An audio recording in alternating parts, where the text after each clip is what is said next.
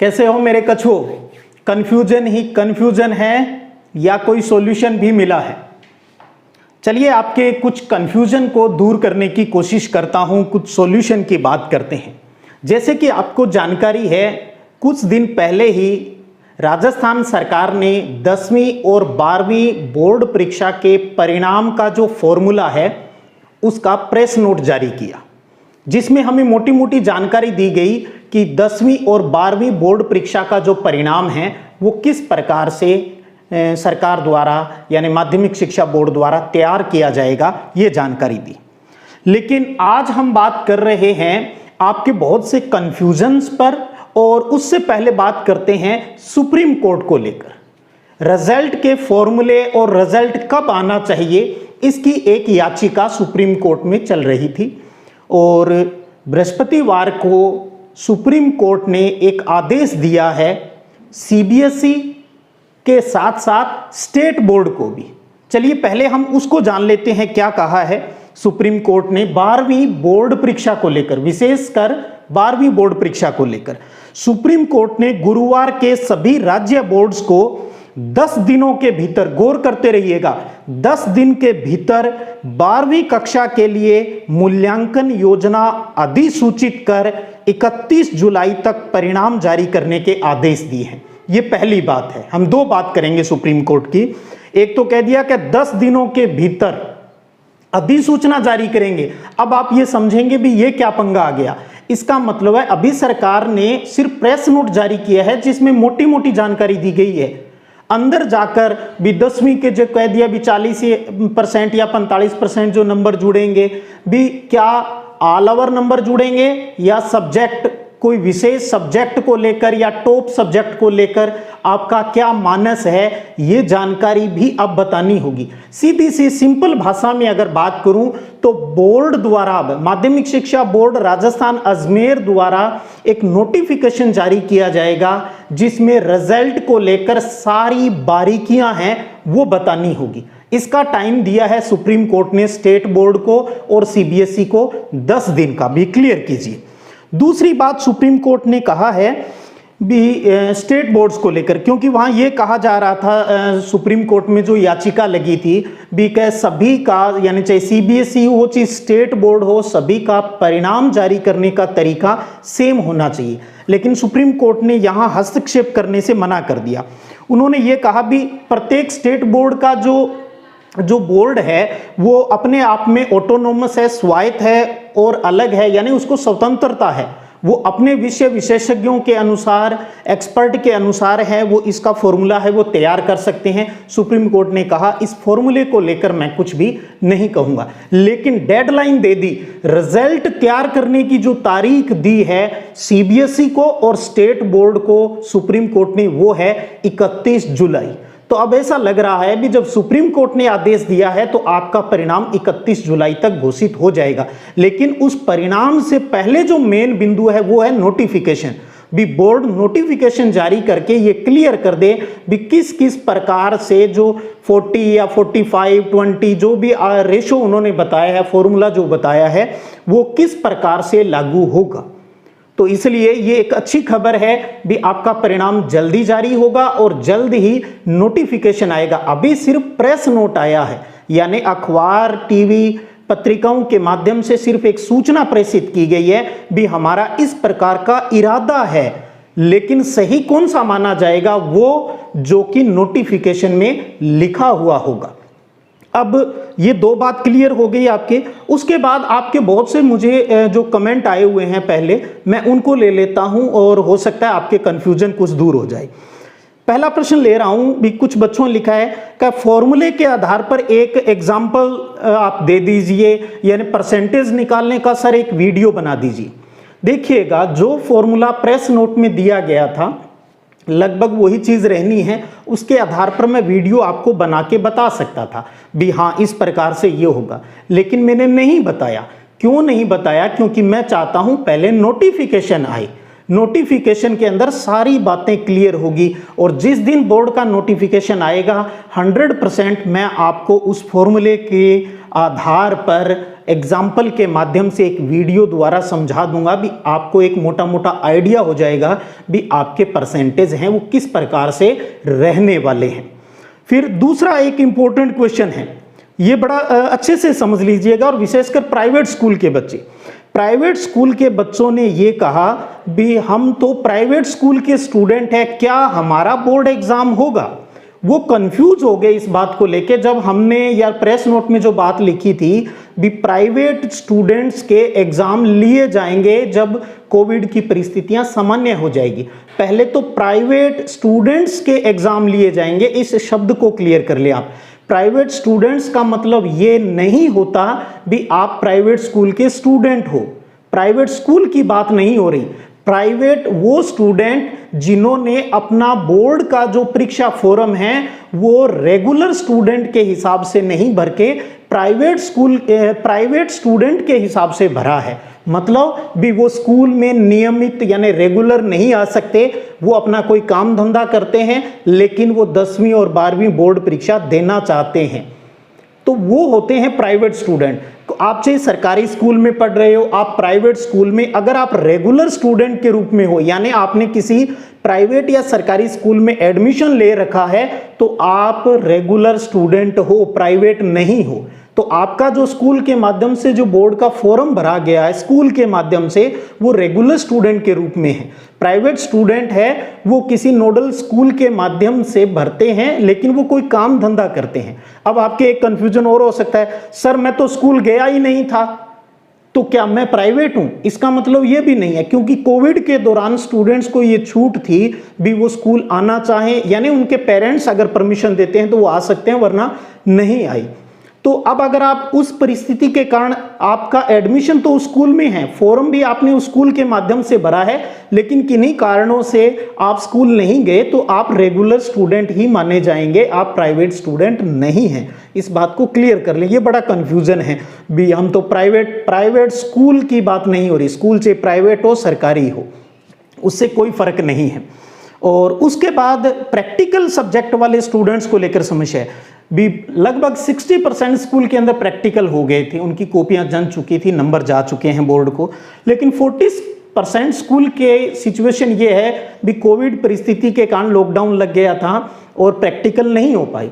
तो अब आपके दिमाग में ये संशय होगा भी हमारे प्रैक्टिकल होंगे या नहीं होंगे, ऑफलाइन होंगे ऑनलाइन होंगे, फिर साथ में ये चल पड़ता है आपके दिमाग में कब होंगे, मैं तो बाहर बैठा हूं, मैं अंदर बैठा हूं, कैसे होंगे, क्या होगा, सर जल्दी बता दो। देखिए सोशल मीडिया आ गया तो अच्छी बात भी है, आप जागरूक हो गए, लेकिन कंफ्यूजन भी आपको अब बहुत होने लग गया है। प्रैक्टिकल होंगे या नहीं होंगे, आप प्रेस नोट पर ही बात कर लो चाहिए, उसमें क्या लिखा हुआ था भी स्वास्थ्य विभाग और होम मिनिस्ट्री से ये सलाह ली जाएगी भी क्या उचित है या ये दोनों विभाग अनुमति देते हैं भी आप उन स्कूल को जिनके अंदर प्रैक्टिकल एग्जाम नहीं हुए वहां स्कूल में बच्चों को बुलाया जा सकता है, प्रैक्टिकल लिया जा सकता है क्या। तो जब मैंने कहा प्रेस नोट जब हुआ है अभी जारी, जब नोटिफिकेशन आएगा या इसकी प्रैक्टिकल को लेकर कोई अलग से भी सूचना आ सकती है वो आएगा तभी मानिएगा प्रैक्टिकल होंगे। मोटा मोटा आइडिया अभी ये समझिए भी हो भी सकते हैं और नहीं भी हो सकते हैं, वो सिचुएशन अभी प्रेस नोट के बाद नोटिफिकेशन आने के बाद क्लियर होगा।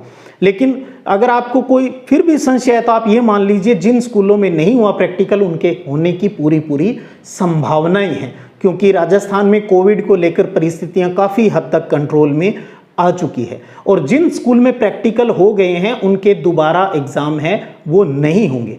अब फिर उन बच्चों के वहाँ प्रश्न फिर स्टार्ट हो जाते हैं, बहुत वास्तव में बच्चे कितने जिज्ञासु हो गए हैं या कितने इंटेलिजेंट हो गए ये भी पता चलता है। क्या सर जो 45-20 वाला जो रेशियो है, फॉर्मूला है, क्या वो प्रैक्टिकल सब्जेक्ट को निकाल के होगा या बिना निकाले होगा। अरे भाई प्रैक्टिकल कोई अलग से कोई ब्रह्मांड में कोई दूसरे ग्रह से आई हुई कोई चीज थोड़ी है, वो आपके उस सब्जेक्ट का हिस्सा है। जैसे प्रैक्टिकल वाले सब्जेक्ट की बात करूं, भूगोल का उदाहरण ले लेते हैं, पेपर बोर्ड के अंदर 56 नंबर का होता है, 14 नंबर स्त्रांक के रूप में स्कूल से जो इस साल होमवर्क के रूप में भेजे, होमवर्क के जो आपने किया है उसके हिसाब से भेजे जाएंगे, तो दोनों का योग हो गया 70 और 30 नंबर का प्रैक्टिकल हो गया 100। जैसे बिना प्रैक्टिकल वाला सब्जेक्ट है वो उसका टोटल भी 100 है तो इसका भी 100 होगा। प्रैक्टिकल नहीं हुआ चाहे होगा, दोनों ही परिस्थितियों में सारी चीजें उसके अंदर इंक्लूड रहेगी, कोई अलग से कोई ग्रह वाली बातें नहीं है। और दो बच्चों का तो ये कमेंट आया हुआ है, सर होमवर्क की कॉपियां जमा करवानी होगी क्या? आपको पता होना चाहिए इस साल 20% जो सत्रांक का जो मुद्दा है वो होमवर्क पर आधारित है, क्योंकि स्कूल बहुत कम टाइम लगे और आपको बाध्यता भी नहीं थी इस साल जो 2020-21 में स्कूल जाने की। तो और बच्चे क्या कह रहे हैं कि सर हमने तो कॉपियां रद्दी में बेच दी। बहुत अच्छी बात है भाई, मतलब उससे आपकी अपनी पढ़ाई के लिए अपने भविष्य को लेकर आप कितने संवेदनशील हो इसकी जानकारी मुझे हो रही है। कितनी मूर्खतापूर्ण काम आपने किया होगा, बिना आपके परिणाम संबंधी कोई सूचना आए, रिजल्ट कैसे तैयार होगा, होमवर्क की कॉपियां जमा होगी कि नहीं होगी, क्या जी कॉपियां तो रद्दी में बेच दी। तो भाई वो तो अब आपके सब्जेक्ट टीचर और स्कूल वाले डिसाइड करेंगे भी आपको अब क्या करना पड़ेगा। क्या सर मुझे कॉपी दोबारा बनानी पड़ेगी? जब आपने बेचा था तो उस टाइम ये सोचना चाहिए था। लेकिन क्या आपके घर कोविड के दौरान भी वो रद्दी खरीदने वाले आ रहे थे क्या?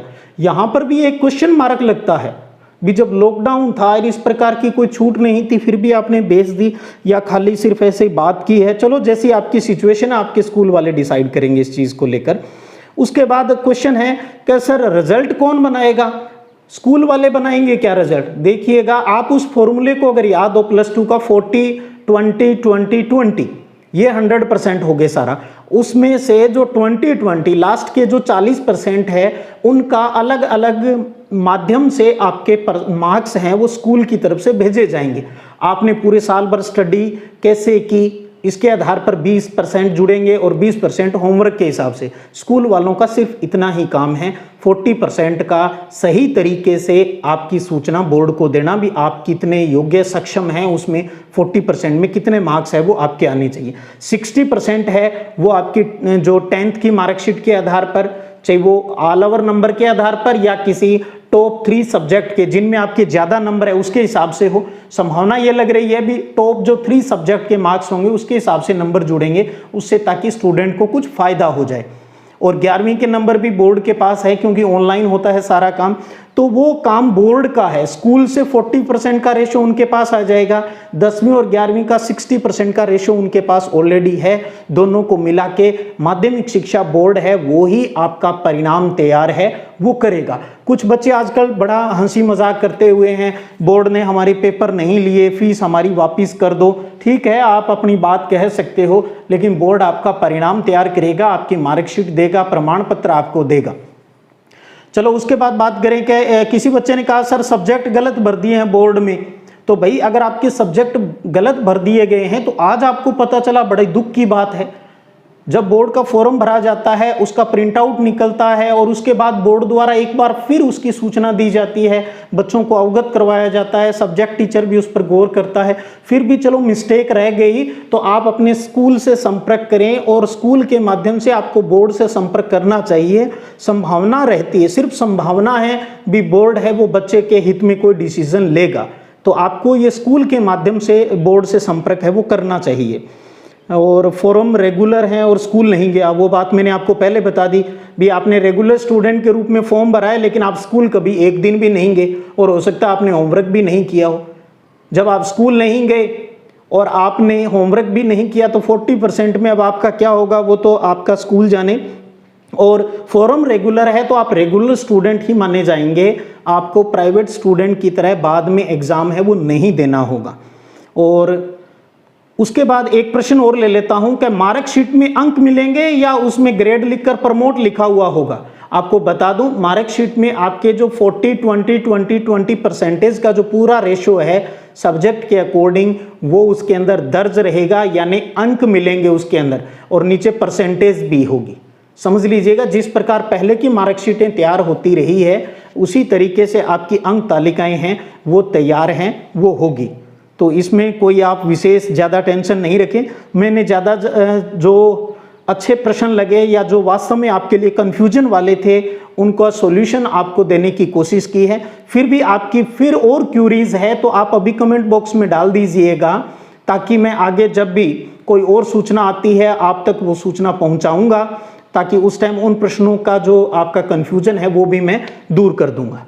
तो थोड़ा सा अब एक सलाह मैं यही दूंगा, ठीक है, आप जिज्ञासा रखिए, आपको पता होना चाहिए क्योंकि आपके भविष्य का सवाल है, आपकी मेहनत का सवाल है, भी बेनिफिट आपको इस परसेंटेज वाले फॉर्मूले से होगा या एग्ज़ाम देने से होगा, ये सोचना आपका हक है। और आपको जो बातें पूछी है वो गलत नहीं पूछी है, और मैंने अगर वो सही है तभी तो मैं उनके जवाब भी दे रहा हूं, लेकिन उनके साथ जुड़ी हुई बात इसलिए कहना जरूरी है भी कई प्रश्नों में ऐसा था भी आप संवेदनशील नहीं थे, इसलिए मैंने आपको थोड़ी सी कुछ कटु बातें भी कह दी होगी, लेकिन एक टीचर की हैसियत से ही मैंने ये बात कही है और एक अपने हक के हिसाब से ये बात कही है।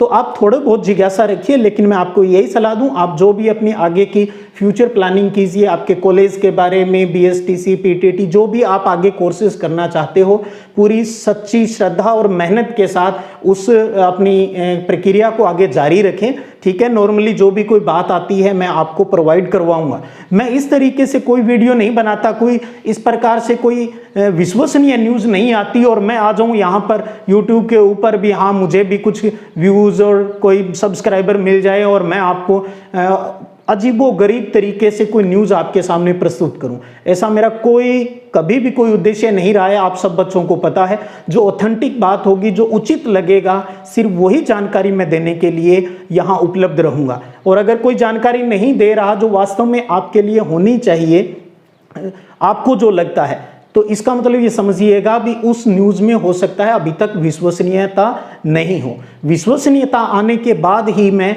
यहाँ पर आपके लिए वीडियो बनाता हूँ और आप तक प्रेषित करता हूँ। तो हमेशा ये प्रेम और स्नेह आप अपने इस सिद्धिविनायक संग्रिया चैनल के साथ बनाए रखिएगा। पिछली बार +2 ज्योग्राफी पर जोर था, लेकिन आप सबके प्रेम और विश्वास ने मुझे और ज़्यादा मेहनत करने के लिए प्रेरित किया है। इसका पूरा श्रेय मैं आपको देता हूं। इस चैनल की सारी उपलब्धियां हैं वो आप सब बच्चों की है, आपको समर्पित है। और अब हम +2 के अंदर एनसीईआरटी का जो नया सिलेबस लगा है उसमें हम भूगोल, इतिहास और राजनीति विज्ञान, या जो यूपी में नागरिक शास्त्र के नाम से, स्विक्स के नाम से जाना जाता है, तो +2 के 3 सब्जेक्ट और 10th क्लास के 2 सब्जेक्ट साइंस और एसएसटी है वो मंडे से शुरू कर रहे हैं।